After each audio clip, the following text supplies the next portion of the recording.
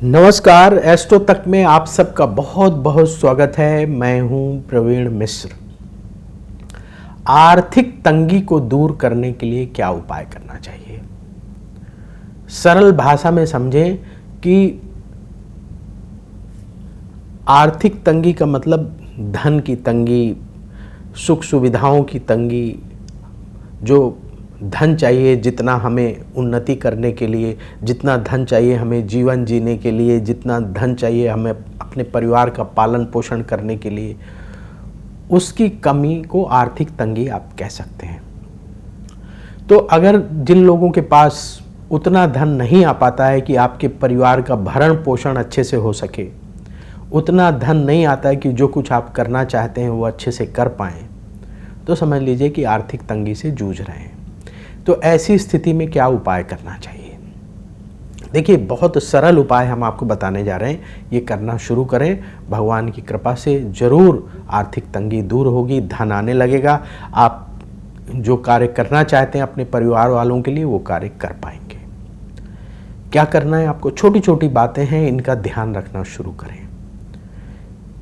जो अच्छे सफल लोग हैं, अच्छा धन कमा रहे हैं, वो लोग ये सब करते हैं। क्या करना है आपको? पहला काम, अपने जीवन में स्वच्छता को बहुत महत्व देना है।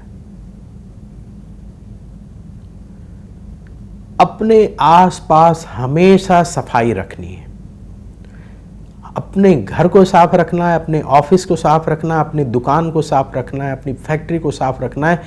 जहां आप काम करते हैं, जहां उठते बैठते हैं, वहां स्वच्छता का हमेशा ध्यान रखना है। दूसरी महत्वपूर्ण बात, हमेशा साफ सुथरे वस्त्र धारण करना है, प्रेस किए हुए वस्त्र धारण करना है।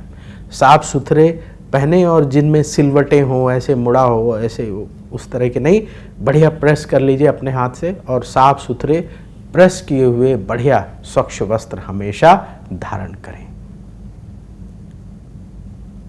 तीसरी महत्वपूर्ण बात, सुबह शाम जगत के पालनहार भगवान विष्णु की पूजा अपने घर के मंदिर में करें। सुबह शाम प्रतिदिन। अगर आपको कोई पूजा नहीं आती तो बिल्कुल परेशान मत होइए। अपने घर के मंदिर में भगवान विष्णु का एक छोटा सा चित्र रखिए। सुबह आरती कर लीजिए, शाम को आरती कर लीजिए। और एक गमले में गेंदे का पौधा लगा करके रखें और जब उससे पुष्प आने लगें तो पीला पुष्प भगवान विष्णु को चढ़ाएं। इसमें ज़्यादा धन खर्च नहीं होगा, गेंदे का पौधा आसानी से मिल जाता है। एक गमले में लगा लीजिए, जब पुष्प आने लगे तभी से चढ़ाना शुरू करिए। भगवान की कृपा से बहुत जल्दी गेंदे के पौधे में पुष्प आने लगते हैं। और अपने घर के मंदिर में दक्षिणावर्ती शंख रखें। दक्षिणावर्ती शंख आपको पूजा की दुकान में मिल जाएगा। छोटे भी आते हैं, बड़े भी आते हैं, जो आपके बजट में आ जाए वो ले लीजिए। और अपने घर के मंदिर में दक्षिणावर्ती शंख अवश्य रखिए। इसके साथ ही नियम बना लें कि आप हमेशा शुद्ध शाकाहारी भोजन ही ग्रहण करेंगे। अपने आहार को पवित्र रखिए। शुद्ध शाकाहारी भोजन ही हमेशा ग्रहण करना है। और शनिवार के दिन किसी एक जरूरतमंद गरीब व्यक्ति को भोजन का दान करें। प्रसाद अपने घर में बनाएं, भगवान को भोग लगाएं और एक पैकेट तैयार कर लें। जो आपको गरीब व्यक्ति दिखाई देता है, जिसको आपको लगता है कि इसको भोजन की आवश्यकता होगी, उस तक भोजन पहुंचाएं। देखिए, अपना भोजन कभी वहाँ उन्हें मत देकर आइएगा जिनका पेट भरा हुआ है, जिनको भोजन की जरूरत नहीं। आप दे करके आए, उन्होंने किनारे रख दिया, छोड़ दिया, उससे आपको लाभ नहीं होगा। सही पात्र तक दान पहुंचाना बहुत कठिन काम है। इसलिए ध्यान रखिएगा कि जो भोजन है आपको जरूरतमंद व्यक्ति तक ही पहुंचाना है। तो उसकी पहचान कर लीजिए कि कहाँ ऐसे लोग आपको मिल जाएंगे, वहां जाकर के आप भोजन का दान करें शनिवार के दिन। ये जो हमने आपको चीज़ें बताई हैं, इसका लगातार पालन करना शुरू करें, भगवान की कृपा से आपकी आर्थिक स्थिति धीरे धीरे करके बेहतर होने लगेगी। इसके साथ ही आपको ध्यान क्या रखना है? पहली महत्वपूर्ण बात, अपनी सोच को हमेशा सकारात्मक रखना है, पॉजिटिव सोच रखना है। कभी नेगेटिव ना सोचें कि ये संभव नहीं है, ये नहीं हो पाएगा, ये नहीं हो पाएगा, वो नहीं हो पाएगा। ऐसी बातें मन में ना रखें और ऐसी बातें जो लोग करते हैं उनसे दूरी बना करके रखें। ना हमें नेगेटिव सोचना है, ना हमें नेगेटिव बात करने वाले लोगों के बीच में ज़्यादा समय देना है। दूसरी महत्वपूर्ण बात, जो लोग सफल हैं, आगे बढ़ रहे हैं या सफलता के मार्ग पर चल रहे हैं, आपको लग रहा है कि ये तो आगे अच्छा धन कमाएंगे, अच्छा आगे बढ़ जाएंगे, ये लोग खूब मेहनत कर रहे हैं, इनकी सोच अच्छी है, ऐसे लोगों की संगति करें। जो लोग आगे बढ़ रहे हैं, समझदार हैं और तरक्की के मार्ग पर चलते चले जा रहे हैं, आपको लग रहा है ये अच्छा बढ़ जाएंगे, उन्हीं को पकड़िए, उनके साथ दोस्ती रखिए। इसके साथ ही ऐसे लोगों की संगति छोड़ दीजिए जो लोग गाली देकर बात करते हैं। बहुत सारे लोग होते हैं गाली दे के बात करते हैं, नेगेटिव बात करते हैं, खुद उन्नति नहीं कर पा रहे हैं और आप उनकी संगति पकड़ लीजिए तो आप भी उन्नति नहीं कर पाएंगे। जैसे हमारे 4 दोस्त होंगे वैसे ही 5वें हम होंगे। तो इसलिए अपने दोस्त अच्छे बनाइए, अच्छे लोगों की संगति में रहिए। ऐसे लोगों की संगति से दूर रहिए जो लोग नशा करते हैं। और अगर आप स्वयं भी नशा करते हैं तो नशा करना धीरे धीरे छोड़िए। पहले उनकी संगति छोड़िए जो लोग नशा करते हैं, फिर धीरे धीरे आप भी ऐसे लोगों की संगति करिए जो बिल्कुल नशा नहीं करते हैं। तो आपकी भी थोड़ी थोड़ी आदत छूटना शुरू होगी और आप मन बना लेंगे कि नशा करना छोड़ना है तो छूट जाएगा।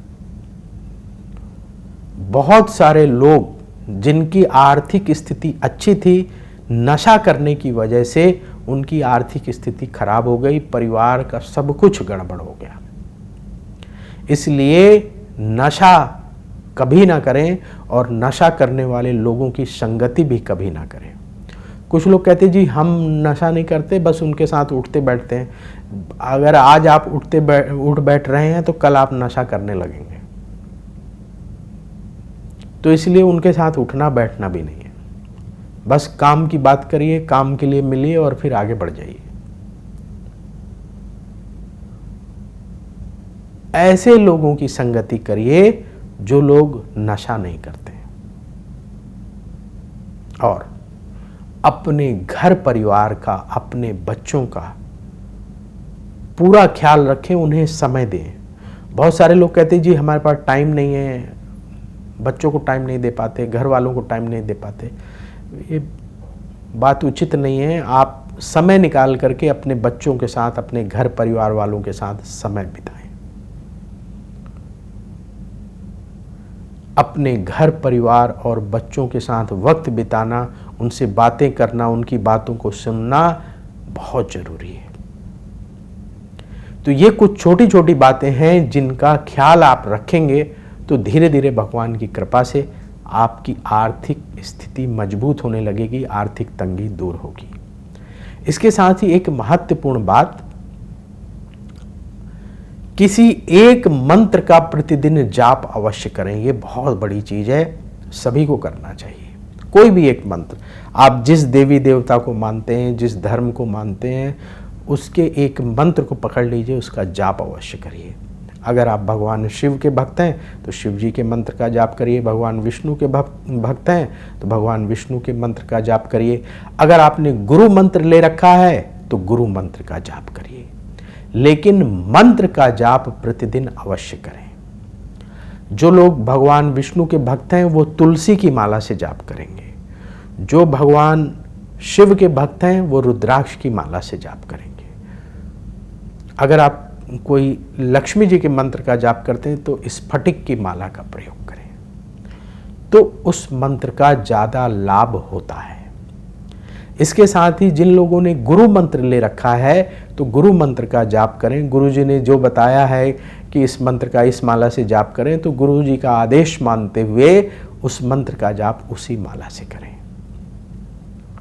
लेकिन जाप जरूर करें। इससे आपका आत्मविश्वास बढ़ेगा और यकीन मानिए जीवन में सफलता पाने के लिए, आर्थिक तंगी दूर करने के लिए आत्मविश्वास का मजबूत होना बहुत जरूरी है।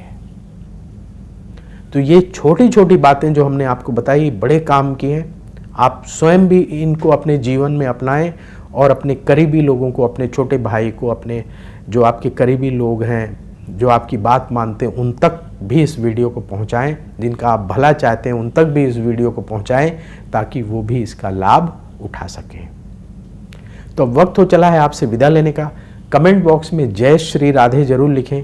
राधा रानी की कृपा से तुरंत आपको पॉजिटिविटी की प्राप्ति होगी। बोलिए जय श्री राधे। क्या कहती है आपकी राशि? कैसा होगा आपका दिन? क्या है आपके लिए शुभ रंग? कौन सा उपाय आपके बिगड़े काम बना देगा? पर्व और त्योहार मनाने से आपको क्या लाभ होगा? ग्रहों के बदलते गोचर कैसे आपकी किस्मत पर असर डालते हैं? अपनी किस्मत चमकाने के लिए आप क्या विशेष उपाय करें? ये सब जानने के लिए देखिए एस्ट्रो तक, सिर्फ एस्ट्रो तक, सिर्फ एस्ट्रो तक। नमस्कार।